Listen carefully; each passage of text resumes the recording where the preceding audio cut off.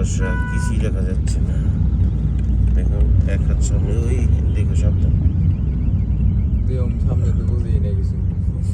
বোঝা যাচ্ছে না, আস্তে আস্তে লাইট বাড়ি দিয়ে যাবো, লাইট বাড়ি দিলে হয়তো কিছুটা রাস্তা পাওয়া যেতে পারে। প্রচুর পরিমাণে কুয়াশা পড়ছে।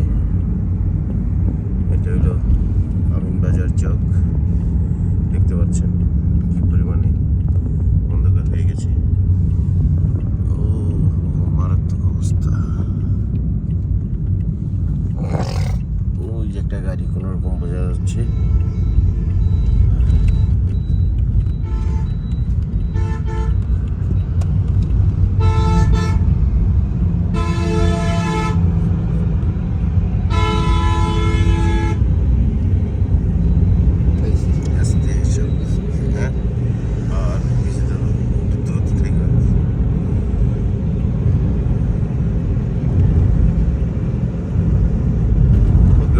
সবাইকে সকালের শুভেচ্ছা জানিয়ে এখানে শেষ করছি। এখন বাজে 7:10 মতো। কি পরিমাণে কুয়াশা এখন সাভার আমিনবাজারে।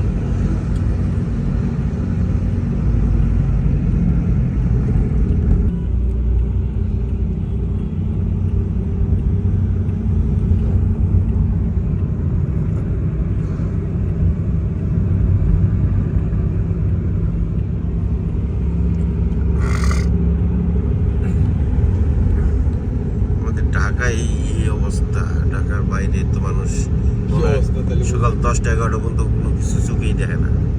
হ্যাঁ তাই তো হিসেবে, তাই না? ঢাকার বাইরে যে অবস্থা, সিঙ্গারের ওইদিকেও মারাত্মক সমস্যা।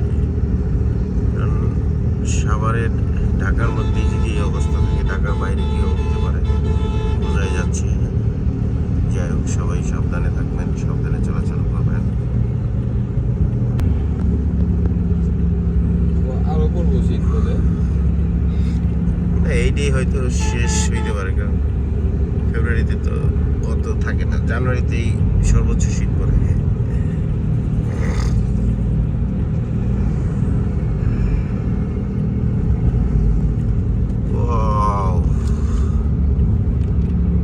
কুয়াশা দেখে ভালো লাগছে, কিন্তু আমরা তো হঠাৎ করে দেখি, যারা সবসময় দেখে তারা বুঝতে পারে যে ভালো লাগার মধ্যেও আবার একটু ঝামেলা আছে।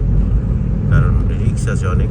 এত সকালবেলা যারা রাত্রে গাড়ি ড্রাইভ করেন বা সকালবেলা এই কুয়াশার মধ্যে গাড়ি ড্রাইভ করাটা কিন্তু খুবই কষ্টের, অনেক বড় ধরনের বিপদ হয়ে যেতে পারে।